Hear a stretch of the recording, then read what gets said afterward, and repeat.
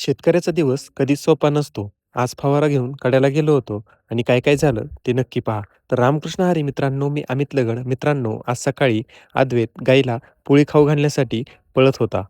त्याला भीती वाटत होती म्हणून त्याने ती पोळी त्या गाईला जरा लांबूनच टाकली.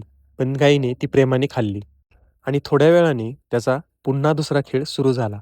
झाडाचं फूल तोडायचा आणि तुळशीजवळ असलेल्या महादेवाच्या पिंडीला ते फूल नेऊन वाहायचा. किती निरागस असतो ना लहान मुलांच्या मनातील भाव. ते पाहून खरंच मनाला खूप भारी वाटलं.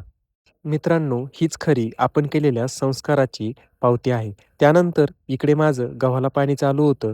दुपारी विहिरीतलं पाणी कमी झालं म्हणून सोलरची मोटर बंद केली आणि दुपारी आज लवकरच घरी परत आलो. त्यानंतर मला कड्याला जायचं होतं.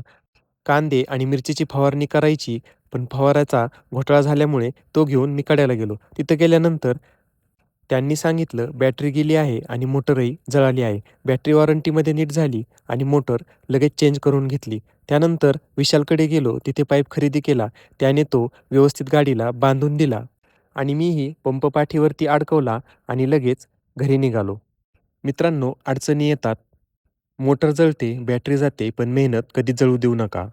अडचणी येत राहतील, पण आपल्याला थांबायचं नाही. आपल्याला 10K परिवार पूर्ण करायचा आहे. त्यासाठी लवकर फॉलो करा. रामकृष्ण हरी.